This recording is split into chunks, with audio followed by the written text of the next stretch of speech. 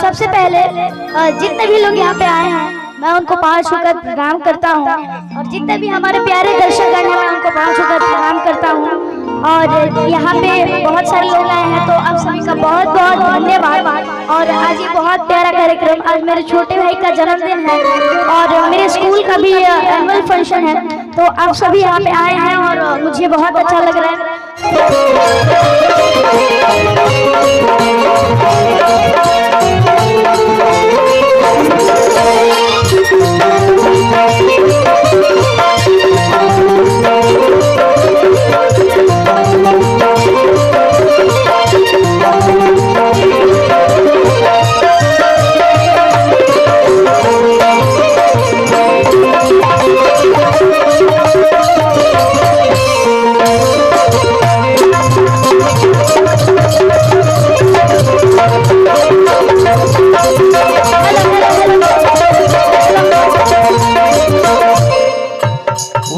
वाह वाह क्या बात है। सबसे पहले जितने भी लोग यहाँ पे आए हैं मैं उनको पाँव छूकर प्रणाम करता हूँ, और जितने भी हमारे प्यारे दर्शकगण हैं मैं उनको पाँव छूकर प्रणाम करता हूँ। और यहाँ पे बहुत सारे लोग आए हैं, तो आप सभी का बहुत बहुत धन्यवाद। और आज ये बहुत प्यारा कार्यक्रम, आज मेरे छोटे भाई का जन्मदिन है और मेरे स्कूल का भी एनुअल फंक्शन है, तो आप सभी यहाँ पे आए हैं और मुझे बहुत अच्छा लग रहा है। तो गौरी के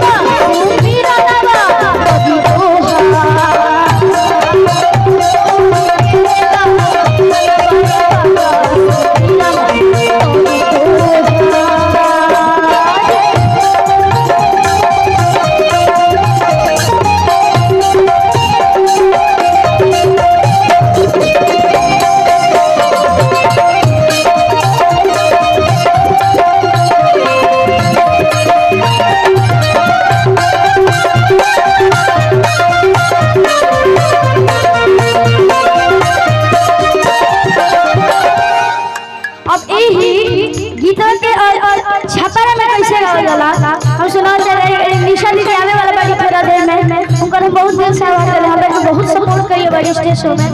तो यही गीत के छपरा में कैसे गावल जाला, केहू भी कौन छी बाका गमछी गमछी गमछी गमछी